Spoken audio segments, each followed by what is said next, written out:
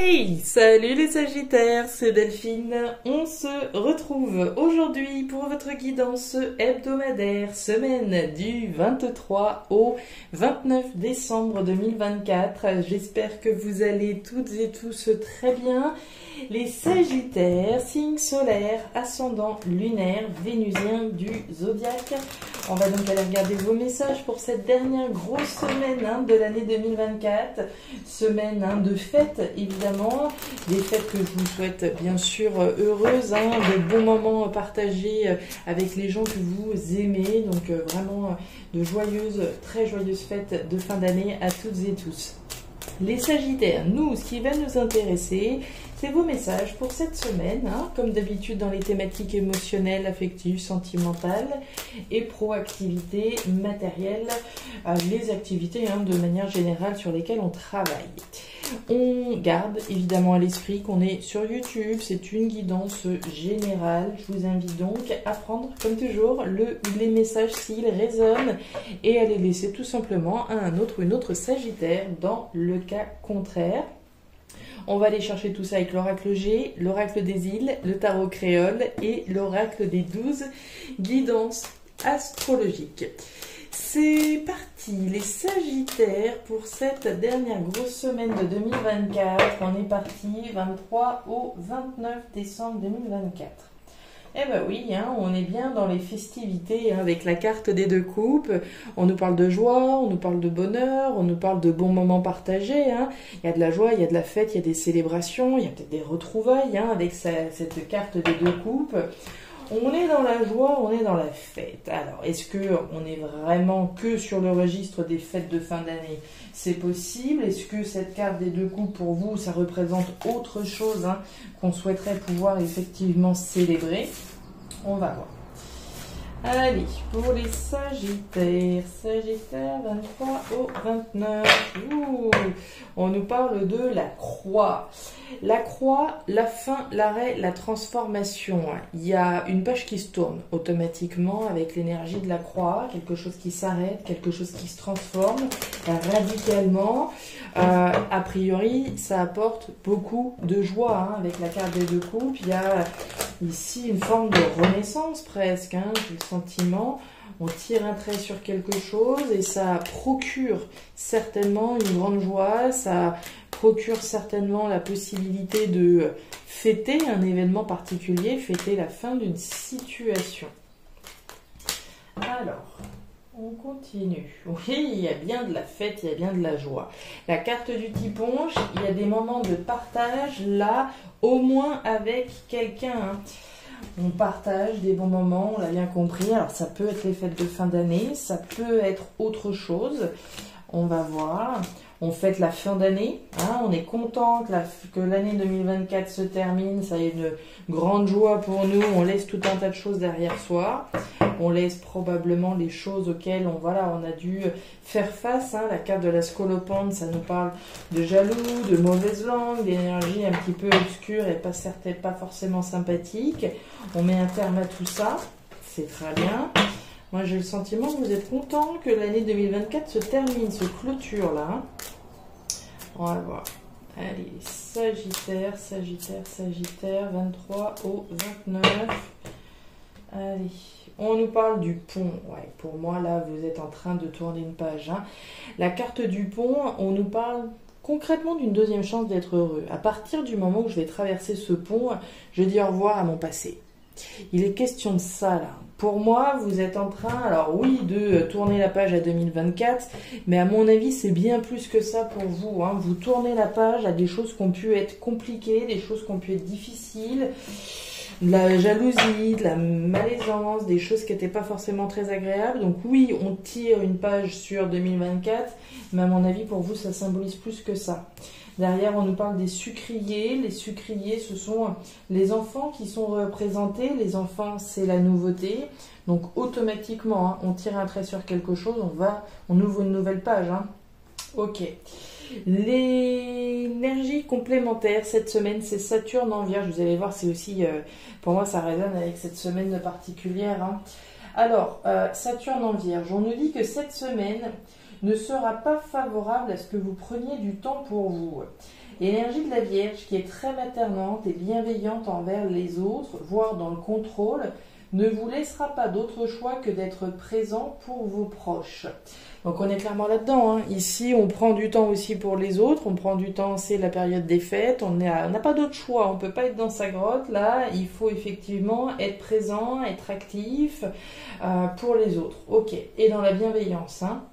Bon, on va aller regarder tout ça, les Sagittaires, c'est parti. Alors, bah oui, il y a une libération là, il y a quelque chose d'assez intense pour vous là, mais en même temps d'heureux. On démarre avec l'énergie de la colombe. La colombe, c'est la paix. C'est la paix, c'est la libération. Pour moi, c'est ce que je vous disais depuis le début, hein. Cette fin d'année, oui, ça marque la fin de l'année, mais ça marque aussi la fin de quelque chose certainement qui a été pénible pour vous. On parle de paix, on parle de libération. Alors, on peut parler de réconciliation éventuellement. On verra hein, s'il y a des réconciliations, mais s'il y a des réconciliations, j'ai envie de dire attention. Donc c'est le symbole de la paix, c'est d'être en paix. C'est que quelle que soit l'issue de cette situation, qu'on ait rompu, qu'on ait mis un terme ou qu'on se soit réconcilié avec un autre éventuellement, pour moi, là, vous êtes en paix. C'est vraiment de ça dont il s'agit avec l'énergie de la colombe. On voit qu'il y a dû avoir des moments pas évidents. On le ressentait déjà avec la scolopendre. Hein. Au plein milieu de votre tirage, vous avez l'épée. L'épée, c'est les trahisons, c'est les coups bas, c'est les blessures, c'est toutes les choses qui sont pas bien agréables dans notre vie, qui sont là, en plein milieu de votre tirage, mais c'est surtout de toutes ces blessures-là qu'on se libère. Et puis on parle de quelqu'un, on parle de l'homme à la chemise bleue. Alors l'homme à la chemise bleue, ça va être vous ou quelqu'un en face de vous. Quelqu'un qui gamberge certainement pas mal, qui peut être dans le retrait également. On procède, on introspecte à ce qui est en train de se passer là présentement. On garde les choses certainement pour soi et on a une vie intérieure riche là pour moi, compte tenu de tout ce qui est en train de se produire. On va aller voir en dessous. Ouais. Le hamac et la carte des flèches. Alors, on nous parle d'une libération ou d'une paix durable.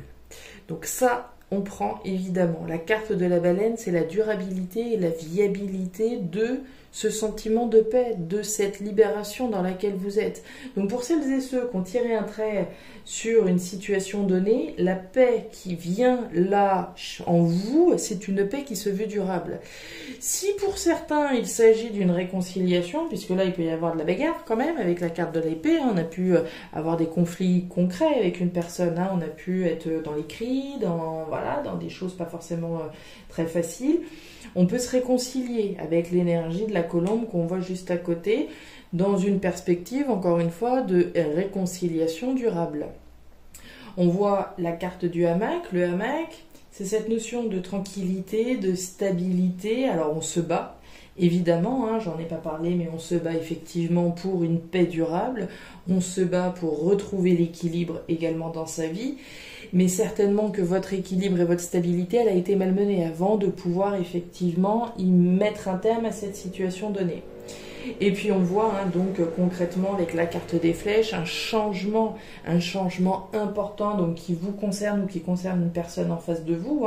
La carte des flèches, c'est cette nouvelle orientation qu'on s'apprête à prendre, qu'on est en train de prendre, une nouvelle orientation donc en faveur d'une paix durable et d'une stabilité finalement retrouvée. Pour moi, il y a une forme de lutte pour retrouver la paix, pour se libérer d'une situation, voire de se réconcilier, encore une fois. On laisse un certain nombre de choses derrière soi, on l'a vu avec la carte du pont, pour retrouver une paix durable. À partir du moment où on traverse ce pont, ok, tout ce qui n'allait pas, on le laisse dans le passé et on se préoccupe maintenant d'un avenir serein, équilibré et stabilisant. On continue. L'escargot, la carte de l'étoile et la carte de l'hiver. Alors, on démarre par l'escargot. L'escargot, c'est la lenteur. À mon avis, la lenteur, là, vous la subissez. Mais bon, il y a deux cas de figure. Soit vous la subissez, soit vous choisissez. On peut choisir de prendre son temps. On ne court pas, on n'est pas pressé, on ne va pas faire de bêtises. On prend son temps, ok. Mais cette énergie, à mon avis, vous la subissez plus qu'autre chose. L'énergie de la lenteur, c'est il faut prendre son mal en patience, on fait ce qu'on peut avec les armes qu'on a, et on n'a pas forcément le contrôle de tout, et on doit attendre, et ceci, et cela, et donc on va subir effectivement une lenteur. Ok. On voit des blocages représentés par la carte de l'hiver. Alors l'hiver, d'une part, c'est l'hiver, évidemment, c'est la période de 3 mois qui est représentée, mais c'est aussi les blocages, c'est aussi les épreuves par lesquelles on passe. Ces blocages-là, c'est possible que ça fasse un petit moment, donc qu'on soit présentement confronté à cette problématique. La très bonne nouvelle que vous avez en plein milieu de votre tirage, les Sagittaires, se trouve là. L'étoile.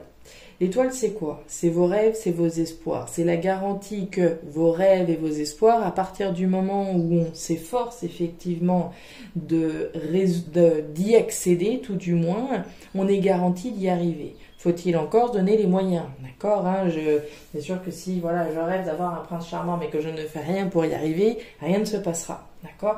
À partir du moment où on va effectivement être dans ces énergies de je concrétise mes souhaits, je souhaite être dans la concrétisation de mes désirs et de mes souhaits, à partir de là, les épreuves et les obstacles effectivement seront balayés.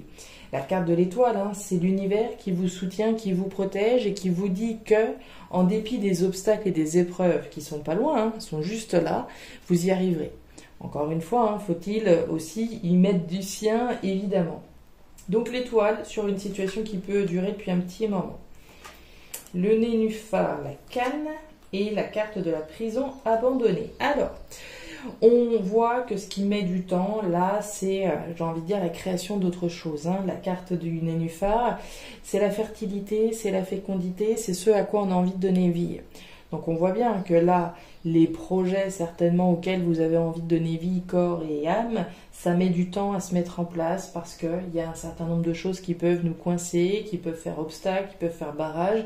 Mais encore une fois, c'est pas parce qu'il y a des obstacles qu'il faut s'avouer vaincu. D'accord? Important. On parle de la récolte qui est protégée. Donc ça veut bien dire ce que ça veut dire. Ça veut dire que même si aujourd'hui c'est bloqué, à un moment donné, l'univers vous promet la récolte en dépit des obstacles. Donc on est bien dans une confirmation de la création d'un projet qui prend du temps mais qui vous y arriverez. Et on nous parle de la prison abandonnée. La prison abandonnée, elle est un peu parallèle effectivement à la carte de l'hiver puisqu'elle nous parle des choses qui nous bloquent, des choses qui nous coincent. Des choses qui nous rattachent au passé finalement de ce boulet là dont on n'arrive pas à se détacher. C'est un obstacle. Donc il y a certainement quelque chose en particulier qui doit bloquer la création de ce que vous souhaitez dans le contexte professionnel matériel. Quoi que soit l'obstacle ou la difficulté, je n'ai absolument aucune inquiétude sur le fait que vous récolterez. Vous avez la protection sur la récolte, oui, ça prend du temps, mais ça viendra. Et on nous parle des dauphins. Les dauphins, c'est l'amour. C'est l'amour avec un grand A. Et voyez-vous ça, quand je vous parlais de réconciliation éventuelle, elle nous en parle. Elle parle de réconciliation éventuelle. Éventuelle, s'il y a des Sagittaires qu'on dit stop au passé, ne prenez pas ce message. En revanche, pour les autres qui effectivement sont dans cette configuration de réconciliation, c'est ce dont je vous parlais là. Ici, il n'est pas exclu du tout qu'on soit dans une réconciliation avec une personne suite à des difficultés, des trahisons, des choses qui n'ont pas été forcément faciles à vivre. Il est possible qu'il soit question de réconciliation pour celles et ceux à qui ça parlerait, à plus forte raison avec la carte des dauphins qui nous parle d'amour et de réconciliation. Si dans votre esprit, la réconciliation, c'est même pas en rêve, à ce moment-là, considérez bien qu'il s'agit d'une libération et non pas d'une réconciliation. Voilà les Sagittaires, les messages que j'avais pour vous pour cette nouvelle semaine. Messages qui étaient fort intéressants. En tout cas, j'ai pris du plaisir, comme toujours, à les interpréter pour vous. J'espère qu'ils vont vous parler à vous autant qu'à moi, en tout cas. Je vous invite à regarder votre signe ascendant, lunaire, vénusien, si vous souhaitez avoir une guidance qui soit un petit peu plus personnalisée. Je suis en train de penser à ça. J'ai toujours des trucs qui me reviennent après. La problématique de trahison, de conflit, ça pouvait être quelque chose en lien avec de la jalousie, c'est possible, puisque la scolopendre nous parle quand même de ça, au cas où, voilà, ça pourrait préciser encore un petit peu plus les personnes à qui ça parlerait. Je referme la parenthèse. Je vous invite donc à regarder votre signe ascendant, lunaire, vénusien. Et puis si vous le souhaitez, vous pouvez évidemment me contacter à guidance-de-delphes@gmail.com. Je vous souhaite une très jolie semaine, d'excellentes fêtes de fin d'année et le meilleur pour la suite. Prenez grand soin de vous les Sagittaires. Au revoir.